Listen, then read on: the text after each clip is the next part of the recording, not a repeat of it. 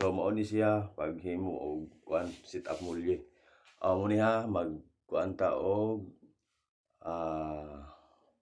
bolt nga Yan. 12mm din ato Tresira. yan ato na isuod siya sa tresira, auxiliary din sa tresira. Tresira na siya atong tugon ang center. Then mo ni siya ang segunda din primera. Yan inana ra pag sit up. Yan itugon sa center bolt nga 12mm. Pagkahuman ana nana pud tay ibutang nga hangir flat bar do ka buok. Yan butangan natog bolt. Bolt niya 12 by 90. Yan muni siya ang paibot busing niya yang housing gihimo nato kuan di uno nga tubo schedule 40. So gihimo atong housing sa paibot busing muni atong ikabit diri pud sa yang hanger. Una pa kini mo nako nga paibot busing. Yan. So inana ra pag sit up sa mulye para sa tura-tura. Inana dugko na to kay medyo gahi. Yan. Tan-aw na ninyo ni og giun sa ni pag kuan i-zoom lang ninyo ni sa inyong cellphone para ilhan gid ninyo og giun sa pag butang. Yan. Yan inana hanger na siya do ka buok flat bar nga 38 ang kabaga. Di sa pikas may 38 po na siya nga flat bar. Hanger nga po na siya tawag pero dili siya kuan steady ra siya di ang hanger hay atong saluyo nga mupli. So inana may atong hugtan ang center bolt. Okay, atong hugtan ang center bolt. 12mm na ang center bolt ha. Muna siya pag sit up sa mulye. 5 na siya ka mulye atong gi patong-patong. May sapatos na mo nang ready siya sapatos. Yan, flat bar ang sapatos. So 5 na ang mulya niya. Ang sapatos ani flat bar gihapon nga 38. So muna ang atong pindulon. Tauran gihapon nato siya og paibot busing sa barako. Nana na siya Yan. So human na nato sit up ka mulye. So ato na arong ikabit tiod. Okay. So nana atong gikulob ang tura-tura ato nang gikabit. Dara muna siya center bolt. Then muna siya ang 12 by 90 nga bolt do ka buok 38 nga flat bar gihimo tong hanger. So nara ay ang sudlan sa paibot busing di uno nga tubo schedule 40 to. So muna siya pag sit up ninyo mga boss. So inana ra. So kini ang pindulo niya ato na po ning taon niya. Muni siya ang kuan pinaka bis sa kuan sa patungan ni siya sa coil spring.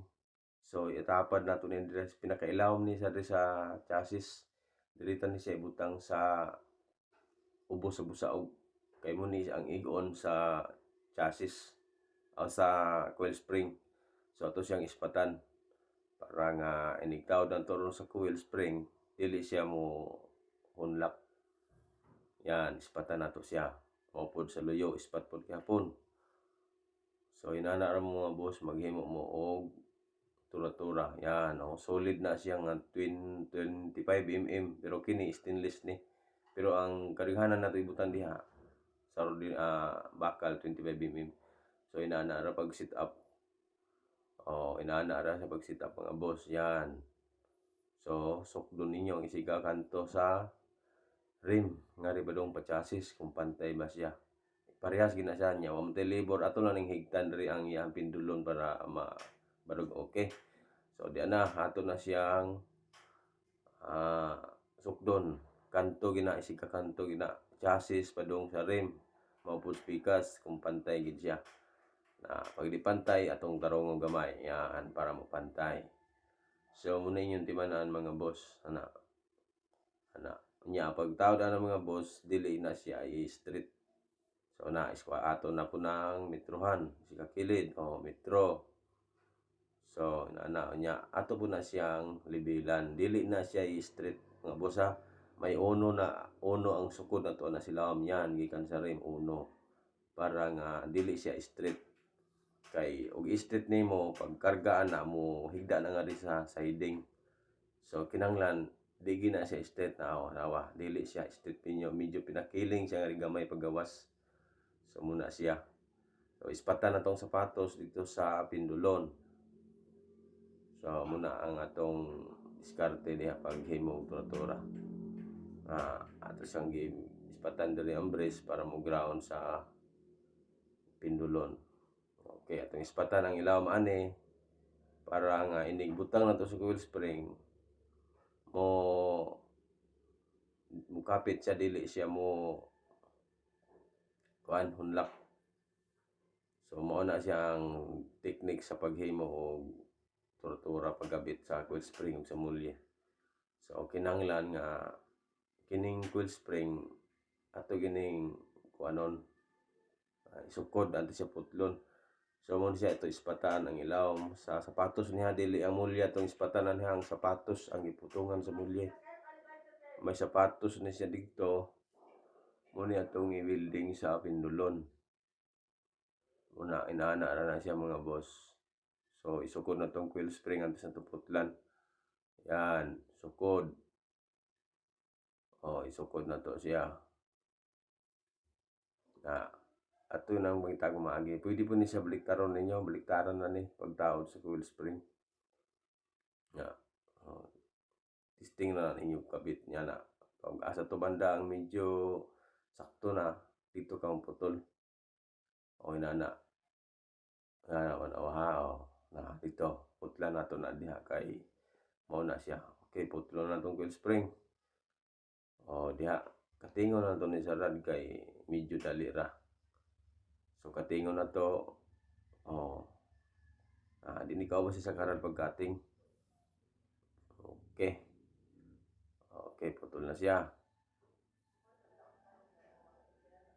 So ana ra mga boss pagtaod o mulye, coil spring o pindulon.